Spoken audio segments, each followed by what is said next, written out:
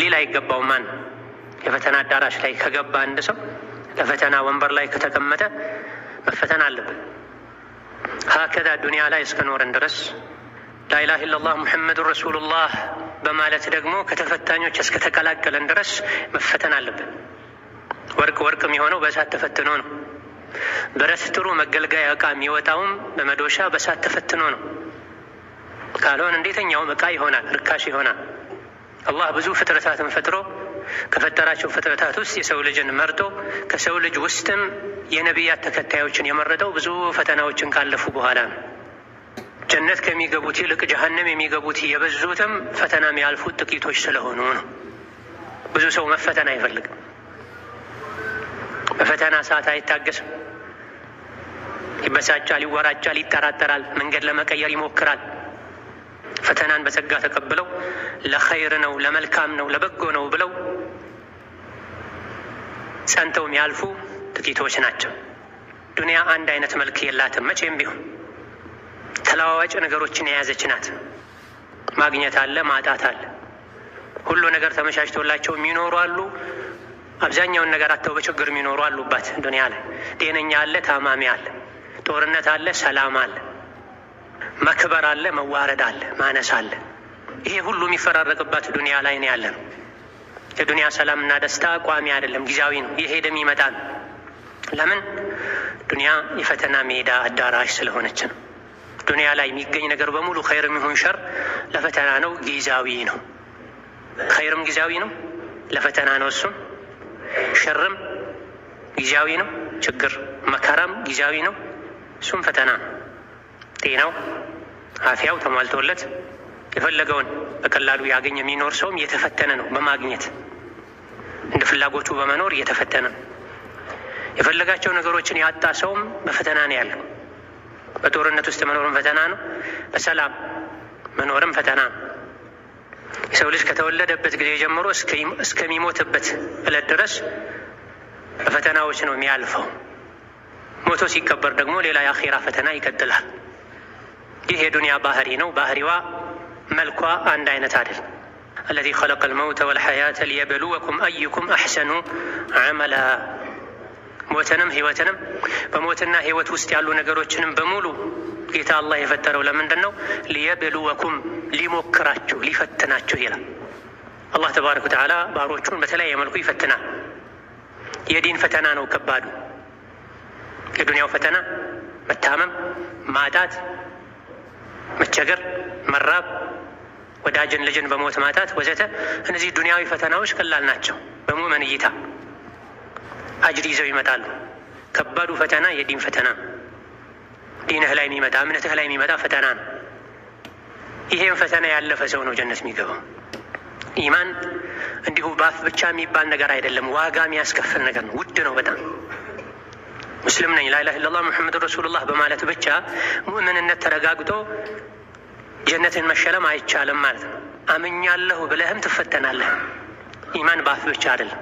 አሊፍ ላም ሚም አሐሲበ ናሱ አን ዩትረኩ አን የቁሉ አመና ወሁም ላ ዩፍተኑን ወለቀድ ፈተና አለዚነ ሚን ቀብሊሂም። የሰው ልጆች አምኛለሁ፣ ሙእምን ነኝ፣ ሙስሊም ነኝ ባፋቸው በማለታቸው ብቻ እንዲተዉ ይፈልጋሉ እንዴ? እሱ አምኗል የጀነት ነው ተብለው እንዲያልፉ ይፈልጋሉ እንዴ? ልክ አይደለም። በእርግጥ ከዚህ በፊት ያለፉ አማኞችንም ፈተነናል። እውነተኞችና አስመሳዮችን በተግባር ለመለየት ይላል አላህ ተባረከ ወተዓላ። በፈተና ጊዜ ነው ትዕግስት ያለውና የሌለው የሚለየው። በፈተና ጊዜ ነው የሚደርስበትን ነገር ሁሉ አልሐምዱሊላህ ለኸይር ነው ብሎ የሚቀበልና ትንንሽ መከራዎች ሲደርሱበት የሚበሳጭ የሚወራጨው የሚለየው በፈተና ጊዜ ነው። ከልቡ ያመነና የሚያመነታ የሚጠራጠር እንደ አየሩ እንደ ጊዜው የሚኖር የሚለየውም አሁንም በፈተና ነው። አላህ ቃል ገብቷል። ምንም ፈተናው ቢበረታ አላህ ቃሉን ይሞላል፣ እሱ ይረዳኛል ብለው እርግጠኛ የሆኑና ለስሙ አምነው ትንሽ ማጣሪያ ፈተና ሲመጣ የሚወድቁ የሚሸሹ፣ ፊታቸው የሚያዞሩ፣ መንገድ የሚቀይሩ የሚለዩትም በፈተና ነው። የተኙ ሰዎች አሉ መንገዱ ላይ ሆነው ለስሙ ጉዞውን ጀምረዋል፣ ግን የሚጠበቅባቸው የማያደርጉ ጋፊሎች አሉ። አላማቸውን የዘነጉ የሚነቁት አንድም በፈተና ነው። ኡማ ውስጥ ተሰግስገው ተደብቀው ማንነታቸውን ቀይረው ኡማውን ከስር የሚያጠቁም የሚለዩበት አንዱ መንገድ ፈተና ነው። በፈተና ጊዜ ቆሻሻውና ንጹሑን አላህ ይለያል። ኡማውን ያጠራል። ሙናፊቆች አሉ፣ አስመሳዮች አሉ፣ ለሆዳቸው ለስልጣናቸው ዲናቸውን አሳልፈው የሚሰጡ። በፈተና ጊዜ እነዚህ ትክክለኛ ማንነታቸው ተለይቶ ይወጣል። የአማኞችን ደረጃ አላህ ከፍ ያደርጋል። የታጋሾችን ደረጃ አላህ ከፍ ያደርጋል። ወለነብሉወነኩም ቢሸይኢን ሚነል ኸውፊ ወልጁዕ ወነቅሲን ሚነል አምዋሊ ወልአንፉሲ ወተመራት ወበሽሪ ሷቢሪን ብለዋል አላህ ተባረከ ወተዓላ። ጌታ አላህ ምሎ ተናግሯል። እፈትናችኋለሁ ብሏል፣ መሐላ ጨምሮበት። በምንድን ነው የሚፈትነን? በብዙ መልኩ የዱንያም የአኺራም የዲንም የዱንያም ፈተና የሰው ልጆች ላይ እንደሚፈራረቁ ነግሮናል። ለህይወት፣ ለንብረት፣ ለዲን መስጋት መፍራት አንዱ የፈተና አይነት ነው። መክሰር፣ መታመም፣ ወዳጅን፣ ልጅን፣ ወላጅን በሞት ማጣት ሌላኛው የፈተና አይነት ነው። ሁሉም አይነት ፈተናዎች ከጀርባቸው ኸይር አለ ለታገሰ ሰው። ቀደም ሲል እንደተገለጸው ከባዱ የሚመረው የሚጎመዝዘው ፈተና የዲን ፈተና ነው። እኔ የአላህ ባሪያ ሆኜ በሶላቴ በዲኔ በሒጃቤ ለምን እፈተናለሁ መባል የለበትም። ዋጋ ለመክፈል ዝግጁ መሆን፣ መጽናት፣ መታገስ። ትክክለኛ መንገድ ላይ ነው ያለሁት ማለት ነው፣ የምፈተነው ለዛ ነው ማለት ነው ብሎ ይበልጥ መጽናት ያስፈልጋል። ወበሽሪ ሷቢሪን፣ ታጋሾችን አብስራቸው ብሏል አላህ ተባረከ ወተዓላ። የታገሰ መጨረሻው ያምራል፣ ዱንያም ላይ አኺራም ላይ። እኔ አላህ ነኝ ማናቸው ታጋሾች ማናቸው አላህ አብስራቸው ያለ አለዚነ ኢዛ አሷበቱም ሙሲበቱን ቃሉ ኢና ሊላሂ ወኢና ኢለይሂ ራጂዑን፣ እንደፈለገ ያደርገኝ እኔ የእሱ እኮ ነኝ የሚሉ ብሏል። በፈተና ሰዓት ለአላህ እጅ መስጠት፣ ለፈተና ራስን ማዘጋጀት፣ መሶበር ያስፈልጋል። መበሳጨት፣ መወራጨት፣ ተስፋ መቁረጥ፣ አቋም መቀየር አይገባም። በሙሲባ ጊዜ አብስራቸው፣ አላህ ከነሱ ጋር ነው። ይወዳቸዋል የተባሉት እነማን ናቸው? ቃሉ ኢና ሊላሂ ወኢና ኢለይሂ ራጂዑን፣ እኔ የእሱ ነኝ ወደ እሱም ተመላሽ ነኝ። በዱንያ ቆይታዬ እንደፈለገ ማድረግ ይችላል፣ ደስተኛ ነኝ እሱ በወሰነ ውሳኔ የሚሉትን አብስራቸው ብሏል። ዱንያ ላይ ራሓ የለም፣ እረፍት የለም። ከፈተና ወደ ፈተና መሸጋገር ነው። በተለይ አኺር ዘመን ላይ ከዱንያ የቀረው ፈተናና በላ እንጂ ሌላ አይደለም ብሏል ነቢ ሰለላሁ ዐለይሂ ወሰለም። ከዱንያ የቀረው ከእንግዲህ ዱንያ ይዛ መስመጠው በቀረው የአጭር ጊዜዋ በላ ነው፣ ፈተና ነው። እንደ አላህ እንደ አቅማችን እንደ ደካመነታችን ፈተናውን አቅልሎልናል ማለት ይቻላል።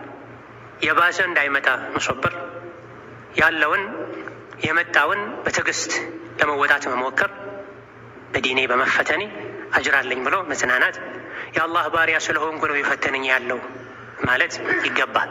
ዱንያ የረፍት የሰላም ሀገር አይደለችም። ሙሉ እረፍት ያለው ሙሉ ደስታ ያለው ሱራትን ከተሻገሩ ጀነት ከገቡ በኋላ ነው።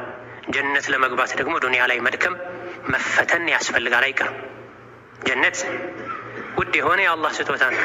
አላህ ውዱን የጀነት ስጦታ የሚሰጠው ዱንያ ላይ ተፈትኖ ለታገሰ ሰው፣ ሁሉንም አይነት ፈተናዎችን በትዕግስት ላለፈ ሰው፣ በፈተና ጊዜ ላልተበሳጨ፣ ላልተወራጨ፣ ከመንገድ ላልወጣ ሰው። በዚህ መልኩ መፈተን ለሙእምን ውስጡ ላይ ደስታን ይፈጥራል ማለት ነው። ፈተናን መመኘት ተገቢ ባይሆንም ፈተናው ግን ከመጣ አልሐምዱሊላህ ለኸይር ነው ብሎ መቀበል የሙእምንነት መገለጫ ነው። ፈተና የጀነት መንገድ፣ ትልልቅ ስኬቶችን ለማሳካት ዱንያ ላይ መፈተን ያለ ነው፣ መድከም ያለ ነው። ጀነትን ለማግኘት ዱንያ ላይ ፈተና ውስጥ መግባት የማይቀር ነው። አላህን ተባረከ ወተዓላ ብርታት ስጠኝ ማለት ዲኔን የሚያስለቅቅ ፈተና አታምጣብኝ ማለት ነው ከሙእምን የሚጠበቀው። أقول قولي هذا وأستغفر الله لي ولكم ولسائر المسلمين من كل ذنب وخطيئة فاستغفروه إنه هو الغفور الرحيم.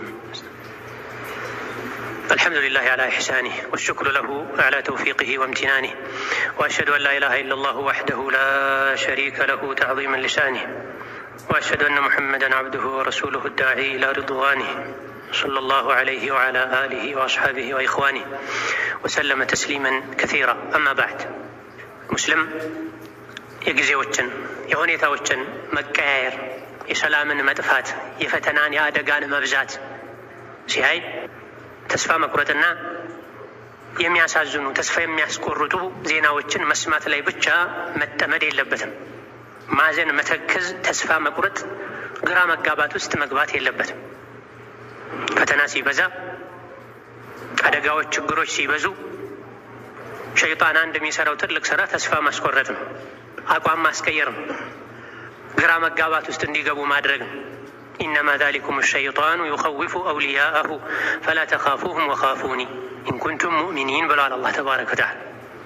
ሸይጣን የእሱን ረዳቶች ያስፈራራችኋል፣ ሙሽሪኮችን፣ ካፍሮችን፣ የዲን ጠላቶችን እንድትፈሩ ያደርጋችኋል። አትፍሯቸው፣ እኔም ብቻ ፍሩ ይላል አላህ ተባረከ ወተዓላ። ዲንን ለማጥፋት ኡማውን ለማፈን ለማጨናነቅ ከዛ ከዚህ የተለያዩ ሙከራዎች ሊደረጉ ይችላል። ኢስላምን ለማጥፋት ብርሃኑን ለማክሰም ከድሮ ጀምሮ ሸይጣንና ስራ አስፈጻሚዎቹ የሰው ሸይጣኖች ስራ ይሰራል።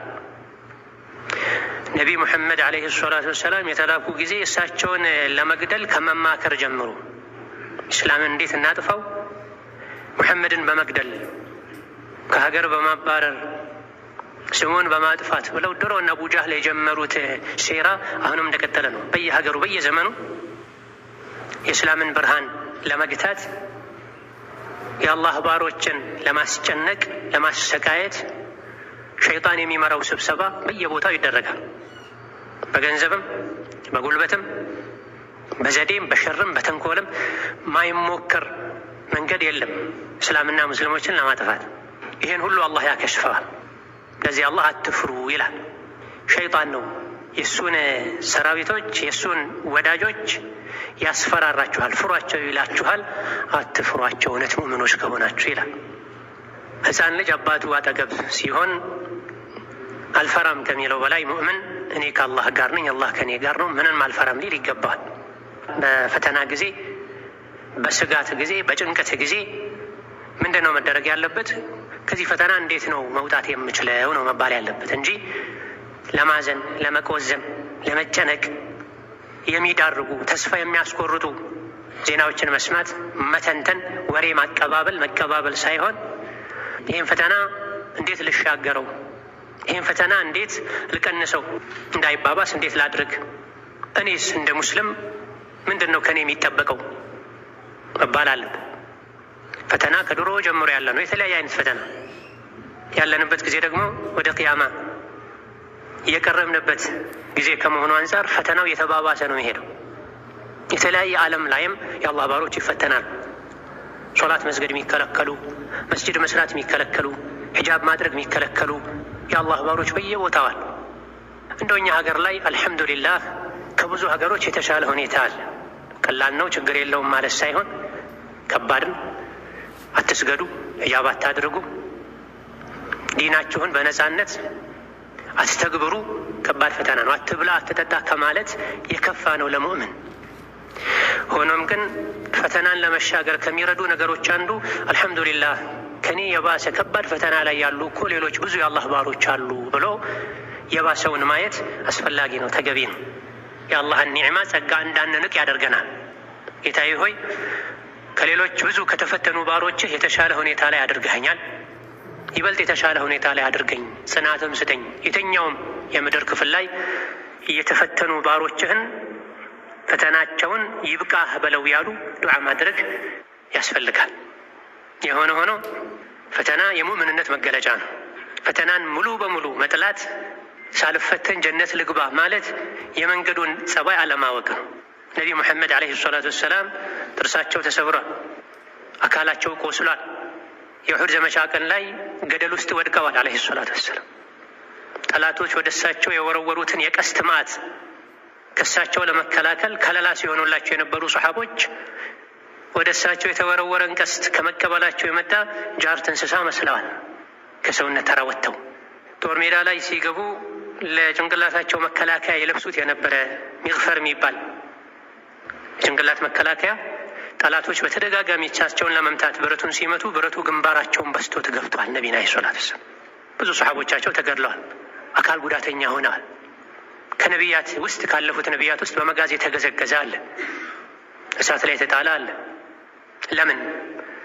የአላህ መንገድ የዲን መንገድ የፈተና መንገድ ስለሆነ እኛ ትንሽ ነው የተፈተነው።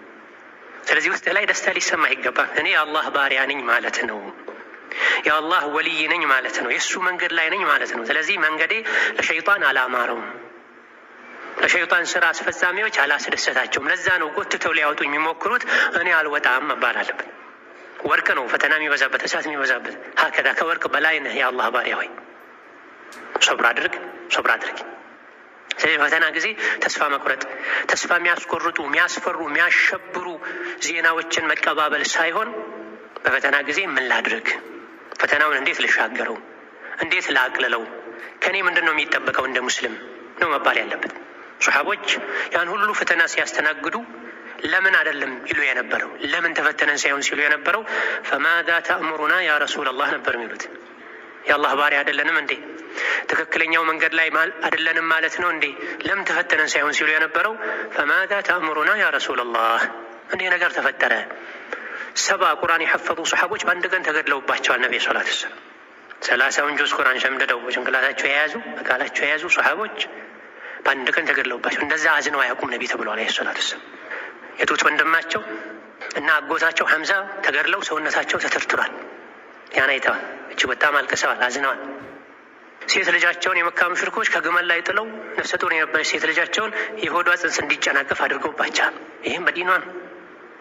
መስማቱ የሚከብድ በአይንህ እንቅልፍ እንዳይዞር የሚያደርግ ከባድ ፈተና አልፏል። ሲራ ስናነብ ያለፉት ነቢያትን ታሪክ ቅሷ ስንሰማ ይሄ ሁሉ ሲሆን ለምን ተፈተነን አልነበር የሚሉት። አሁን ላይ እንደዚህ አይነት ስሜት እየታየ ነው ብዙ ሰው ዘንድ። ለምንድን ነው አላህ ዝም የሚለው? ስለወደደህ ነው። በአላህ መንገድ ሰዎች ቢሞቱ ወሊየተኺዘ ሚንኩም ሹሃዳ፣ ሸሂዶችን ወደ እሱ ከፍ ማድረግ ፈልጎ ነው። ሸሂዶችን እየመረጠ ነው፣ እያወጣ ነው። መሞቱ እኮ አይቀርም። ሰው አህያ ረግጦትም ይሞታል። ሰው በሬ ወቅቶትም ይሞታል። ሰው ለሆዱ እንጀራ ፍለጋ በሄደበት የውሃ ጎርፍ ወስዶትም ይሞታል። ፊ ሰቢልላህ መሞቱ ሰው ለሱ ክብር ነው። ተዛዛን አንዳንድ ፈተናዎች አላህ ባሮቹን ወልዮቹን መዞ ሊያወጣባቸው ፊ ሰቢልላህ በደረሰብህ ቁስል ልክ አጅር ታገኛለህ።